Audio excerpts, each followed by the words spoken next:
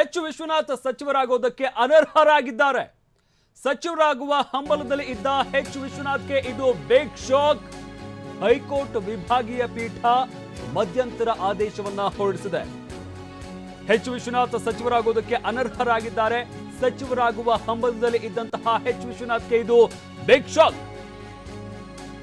ಇನ್ನು ಸಂವಿಧಾನದ article 164(1)(b) ಹಾಗೆ 361(b) ಅಡಿಯಲ್ಲಿ ಅನರ್ಹಗೊಳಿಸಲಾಗಿದೆ. ಹೈಕೋರ್ಟ್ ವಿಭಾಗೀಯ ಪೀಠ ಮಧ್ಯಂತರ ಆದೇಶವನ್ನ ಹೊರಡಿಸಿದೆ. ಆದರೆ ರಾಜ್ಯಪಾಲರಿಗೆ ನಿರ್ದೇಶನ ನೀಡೋದಕ್ಕೆ ನಕಾರ. ಇದರಲ್ಲೂ ಕೂಡ ಒಂದಷ್ಟು ಗೊಂದಲ ಇರುವಂತದ್ದು. ರಾಜ್ಯಪಾಲರು ಸಂವಿಧಾನಬದ್ಧವಾಗಿ ಸಚಿವರನ್ನ ನೇಮಿಸಬೇಕು ಅನ್ನೋ ಒಂದು ಸೂಚನೆಯನ್ನ ಕೂಡ ಈ ಮುಖಾಂತರ ನೀಡಿದೆ. ಸಂವಿಧಾನಬದ್ಧವಾಗಿ ಸಚಿವರನ್ನ ನೇಮಿಸಬೇಕು, ಅವರು ಅನರ್ಹರಾಗಿದ್ದಾರೆ ಅನ್ನೋ ಒಂದು ಸಂದೇಶವನ್ನ ಕೊಡುವುದರ ಜೊತೆಗೆ ಸಂವಿಧಾನಬದ್ಧವಾಗಿ ಸಚಿವರನ್ನ ನೇಮಕ ಮಾಡಬೇಕು ಅನ್ನೋ ಸೂಚನೆಯನ್ನ ಕೂಡ ಕೊಟ್ಟಿರುವಂತದ್ದು. ಇನ್ನು ಎಚ್ ವಿಶ್ವನಾಥ್ರ ಅನರ್ಹತೆಯನ್ನ ಪರಿಗಣಿಸಬೇಕು ಅನ್ನೋ ಒಂದು ಸೂಚನೆಯನ್ನು ಕೊಟ್ಟಿದೆ. ಮುಖ್ಯಮಂತ್ರಿ ಕೂಡ ಸಂವಿಧಾನದ ಅಡಿಯಲ್ಲಿ ನೇಮಕಗೊಂಡಿದ್ದಾರೆ. ವಿಶ್ವನಾಥ್ ಶಿಫಾರಸ್ಸಿಗೆ ಮುನ್ನ ಅನರ್ಹತೆಯನ್ನ ಪರಿಗಣಿಸಬೇಕು. ಸಿಜೆ ಎಎಸ್ ಓಕಾ ನ್ಯಾಯಮೂರ್ತಿ ಎಸ್ ವಿಶ್ವಜಿತ್ ಶೆಟ್ಟಿ ಅವರ ಪೀಠ ಈ ಒಂದು ಆದೇಶವನ್ನ ಹೊರಡಿಸಿರುವಂತದ್ದು. ಬಟ್ ಇಲ್ಲಿ ಶಂಕರ್ ಎಂಟಿಬಿ ನಾಗರಾಜ್ಗೆ ಬಿಗ್ ರಿಲೀಫ್. ಸಂವಿಧಾನದ ಅಡಿಯಲ್ಲಿ ಮರು ಆಯ್ಕೆಯಾಗಿರೋದ್ರಿಂದ ಅನರ್ಹತೆ ಇಲ್ಲ. ಈ ಇಬ್ಬರಿಗೆ ಇದು ಬಿಗ್ ರಿಲೀಫ್. ಹೈಕೋರ್ಟ್ ವಿಭಾಗೀಯ ಪೀಠದ ಮಧ್ಯಂತರ ತೀರ್ಪು ಇದು. ಒಂದ್ ಕಡೆ ವಿಶ್ವನಾಥ್ಗೆ ಬಹುದೊಡ್ಡ ಹೊಡೆತ, ಬಿಗ್ ಶಾಕ್ ವಿಶ್ವನಾಥ್ಗೆ. ಆದ್ರೆ ಶಂಕರ್ ಹಾಗೂ ಎಂಟಿಬಿ ನಾಗರಾಜ್ಗೆ ಬಿಗ್ ರಿಲೀಫ್ ಅನ್ನ ಕೊಟ್ಟಿದೆ ಕೋರ್ಟ್. ಈ ಒಂದು ಸಂದರ್ಭದಲ್ಲಿ ಸಂವಿಧಾನದ ಅಡಿಯಲ್ಲಿ ಮರು ಆಯ್ಕೆಯಾಗಿರೋದ್ರಿಂದಾಗಿ ಅನರ್ಹತೆ ಇಲ್ಲ. ಇವರು ಸಂವಿಧಾನದ ಅಡಿಯಲ್ಲಿ ಮರು ಆಯ್ಕೆಯಾಗಿದ್ದಾರೆ. ಹೈಕೋರ್ಟ್ ವಿಭಾಗೀಯ ಪೀಠದ ಮಧ್ಯಂತರ ತೀರ್ಪು ಇದು. ವಿಶ್ವನಾಥ್ಗೆ ಬಿಗ್ ಶಾಕ್. ಸಚಿವಾಕಾಂಕ್ಷಿಯಾಗಿದ್ದ ವಿಶ್ವನಾಥ್ಗೆ ಇದು ಬಿಗ್ ಶಾಕ್. ಆದ್ರೆ ಶಂಕರ್ ಎಂಟಿಬಿ ನಾಗರಾಜ್ಗೆ ಬಿಗ್ ರಿಲೀಫ್. ಇವರಿಬ್ಬರು ಸಂವಿಧಾನದ ಅಡಿಯಲ್ಲಿ ಮರು ಆಯ್ಕೆಯಾಗಿರೋದ್ರಿಂದಾಗಿ ಇವರಿಗೆ ಅನರ್ಹತೆ ಇಲ್ಲ. ಆದರೆ ಎಚ್ ವಿಶ್ವನಾಥ್ ಅವರನ್ನ ಸಚಿವ ಸ್ಥಾನಕ್ಕೆ ಸೇರ್ಪಡೆ ಮಾಡಿಕೊಳ್ಳೋದ್ರ ಮೊದಲು ಸಂವಿಧಾನಬದ್ಧವಾಗಿ ಯೋಚನೆ ಮಾಡಬೇಕು ಅನ್ನೋ ಒಂದು ಸೂಚನೆಯನ್ನ ರಾಜ್ಯಪಾಲರಿಗೆ ಹೈಕೋರ್ಟ್ ಕೊಟ್ಟಿರುವಂತದ್ದು. ಸರ್ಕಾರದ ವಿರುದ್ಧ ಏನು ಸಂವಿಧಾನದ ಅಡಿಯಲ್ಲಿ ಮರು ಆಯ್ಕೆ ಆಗಿರೋದ್ರಿಂದಾಗಿ ಇವರಿಬ್ಬರಿಗೆ ಬಿಗ್ ರಿಲೀಫ್ ಅಂತ ಹೇಳಬಹುದಾಗುತ್ತೆ. ಬಟ್ ಎಚ್ ವಿಶ್ವನಾಥ್ ಅವರ ವಿಚಾರಕ್ಕೆ ನಾವು ಬರೋದಾದ್ರೆ, ಸಚಿವರಾಗೋದಕ್ಕೆ ಅದಕ್ಕೂ ಮುಂಚೆ ಅವರು ಅನರ್ಹರಾಗಿದ್ದಾರೆ. ಇದನ್ನ ಪರಿಗಣಿಸಬೇಕು ಅನ್ನೋ ಒಂದು ಸೂಚನೆಯನ್ನು ಕೊಟ್ಟಿರುವಂತದ್ದು. ಎಚ್ ವಿಶ್ವನಾಥ್ಗೆ ಬಿಗ್ ಶಾಕ್ ಇದು. ಹೈಕೋರ್ಟ್ ವಿಭಾಗೀಯ ಪೀಠ ಮಧ್ಯಂತರ ಆದೇಶವನ್ನ ಹೊರಡಿಸಿದೆ. ಸಂವಿಧಾನ ಆರ್ಟಿಕಲ್ 164(1)(b) ಹಾಗೆ 361(b) ಅಡಿಯಲ್ಲಿ ಅನರ್ಹಗೊಳಿಸಲಾಗಿರುವಂತದ್ದು. ಈ ಒಂದು ಅಂಶವನ್ನ ನೀವು ಅವರನ್ನ ಸಚಿವ ಸ್ಥಾನಕ್ಕೆ ಆಯ್ಕೆ ಮಾಡೋದಕ್ಕೂ ಮುನ್ನ ಪರಿಗಣಿಸಬೇಕಾಗುತ್ತೆ ಅನ್ನೋ ಒಂದು ಸೂಚನೆಯನ್ನು ಕೂಡ ಕೊಟ್ಟಿದೆ. ಹೈಕೋರ್ಟ್ ವಿಭಾಗೀಯ ಪೀಠ ಮಧ್ಯಂತರ ಆದೇಶವನ್ನ ಹೊರಡಿಸಿದೆ.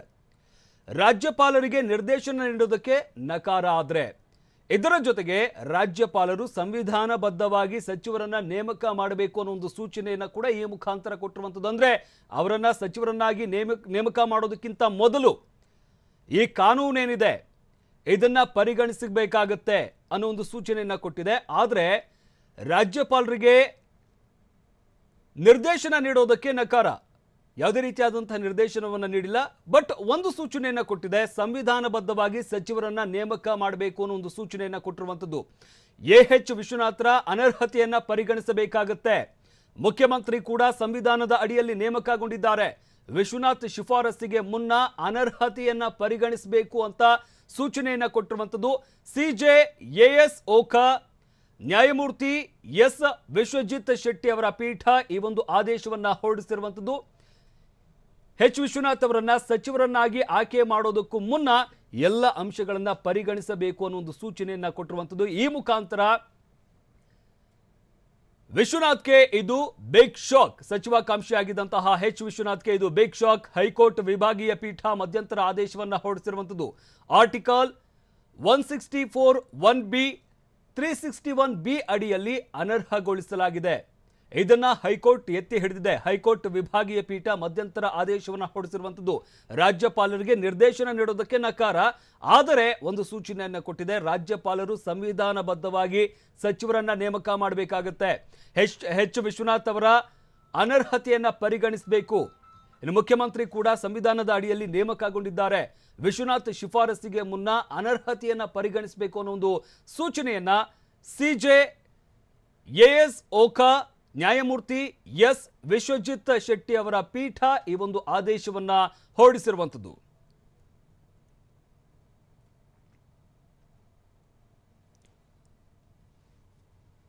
ಬಟ್ ಇಲ್ಲಿ ಮತ್ತೊಂದು ಕಡೆ ಎಂಟಿಬಿ ನಾಗರಾಜ್ ಹಾಗೆ ಆರ್ ಶಂಕರ್ ಇವರು ಕೂಡ ಅನರ್ಹಗೊಂಡಿದ್ರು. ಆದರೆ ಇವರು ಸಂವಿಧಾನಬದ್ಧವಾಗಿ ಮರು ಆಯ್ಕೆಯಾಗಿದ್ದಾರೆ. ಅದರಿಂದಾಗಿ ಇವರಿಬ್ಬರಿಗೂ ಬಿಗ್ ರಿಲೀಫ್ ಸಿಕ್ಕಿರುವಂಥದ್ದು.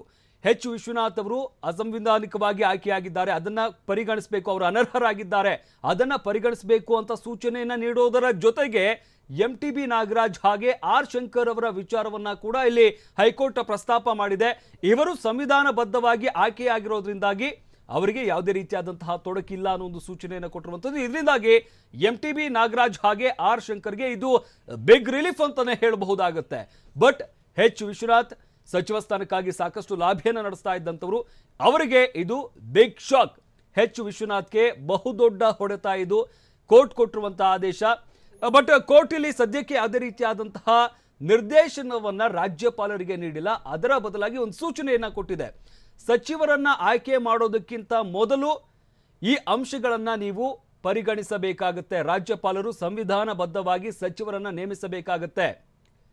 ಸಂವಿಧಾನಬದ್ಧವಾಗಿ ಎಚ್ ವಿಶ್ವನಾಥ್ ಆಯ್ಕೆಯಾಗಿಲ್ಲ, ಅದರಿಂದಾಗಿ ಅವರನ್ನ ಸಚಿವರನ್ನಾಗಿ ನೇಮಕ ಮಾಡೋದಕ್ಕಿಂತ ಮೊದಲು ಸಂವಿಧಾನಬದ್ಧವಾಗಿ ಈ ವಿಚಾರವನ್ನ ಪರಿಗಣಿಸಬೇಕು ಅಂತ ಹೇಳಿರುವಂಥದ್ದು.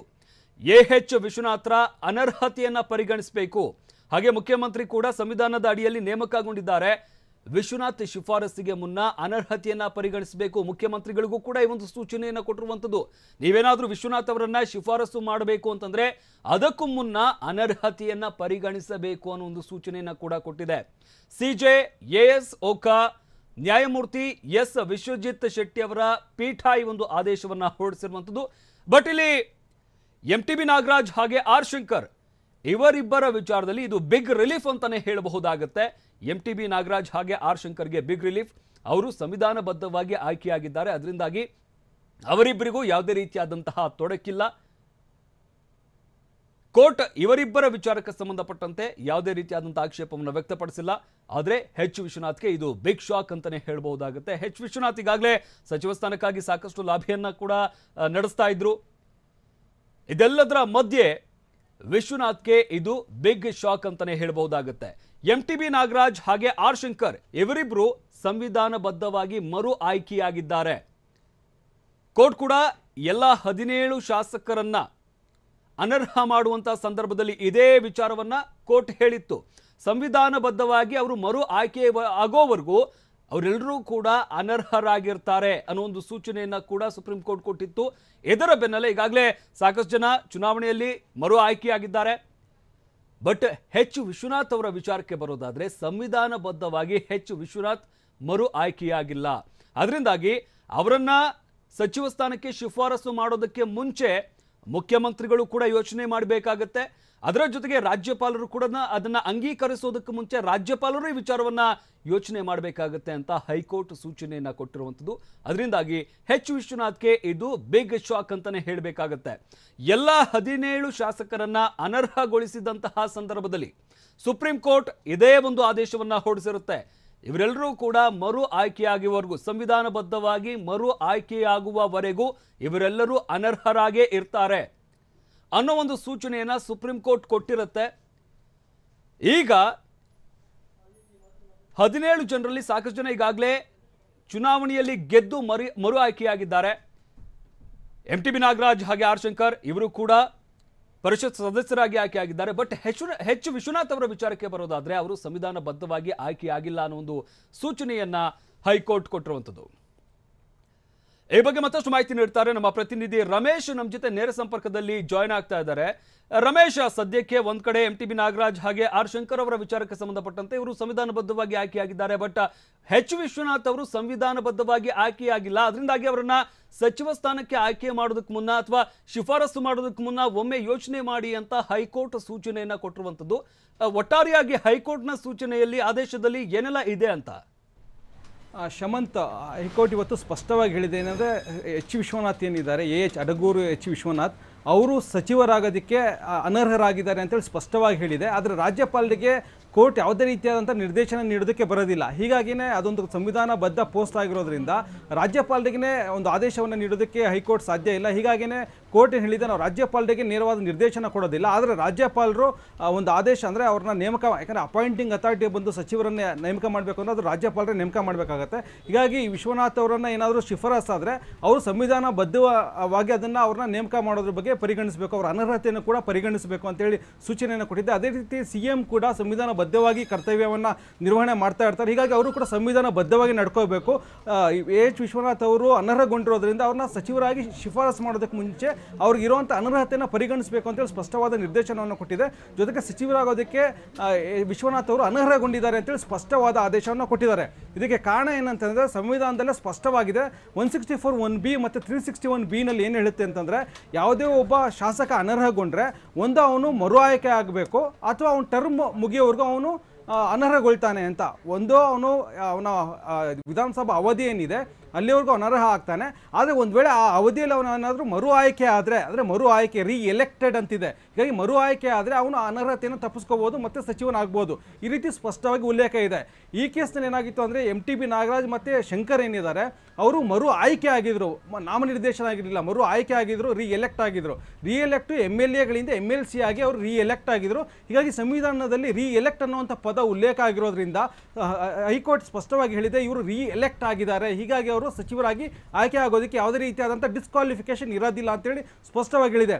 ಆದರೆ ಎಚ್ ವಿಶ್ವನಾಥ್ ಅವ್ರಿಗೆ ಅಡ್ಡಿಯಾಗದಂಥ ಅಂಶ ಏನಂತಂದರೆ ಅವರು ನಾಮನಿರ್ದೇಶನ ಆಗಿದ್ರು, ಅಂದರೆ ಅವರು ಎಲೆಕ್ಟ್ ಆಗಿರಲಿಲ್ಲ, ಬದಲಾಗಿ ನಾಮನಿರ್ದೇಶನ ಆಗಿದ್ರು, ಅವರು ನಾಮಿನೇಟೆಡ್ ಮೆಂಬರ್. ಹೀಗಾಗಿ ನಾಮಿನೇಟೆಡ್ ಅಂದರೆ ಒಂದು ಸಲ ಅನರ್ಹಗೊಂಡ್ರೆ, ಅವರು ಹಿಂದೆ ಶಾಸಕರಾಗಿದ್ದರು, ಶಾಸಕರಾದ ನಂತರ ಸ್ಪೀಕರ್ ಅವರು ಅನರ್ಹ ಮಾಡಿದರು, ಅನರ್ಹ ಆಗಿದ ಮೇಲೆ ಅವರು ಮತ್ತೆ ಅನರ್ಹತೆಯನ್ನು ಹೋಗಲಾಡಿಸ್ಕೋಬೇಕು ಅಂದರೆ ಅವರು ಮತ್ತೆ ಎಲೆಕ್ಟ್ ಆಗಬೇಕಾಗುತ್ತೆ. ಆದರೆ ನಾಮನಿರ್ದೇಶನಕ್ಕೆ ಅವಕಾಶ ಇಲ್ಲ. ಯಾಕೆಂದರೆ 361(B) ಮತ್ತು 164(1)B ಏನು ಹೇಳುತ್ತೆ ಅಂತಾರೆ, ಯಾವುದೇ ಒಬ್ಬ ಅನರ್ಹಗೊಂಡಂಥ ಶಾಸಕ ಮತ್ತೆ ಸಚಿವನಾಗೋ ಹಾಗಿಲ್ಲ. ಸಚಿವ ಯಾವಾಗ ಆಗ್ಬೋದು ಅಂದರೆ ಅವನು ಎಲೆಕ್ಟ್ ಆದ ನಂತರ ಅಷ್ಟೇ ಸಚಿವನಾಗಿ ಆಯ್ಕೆ ಆಗ್ಬೋದು.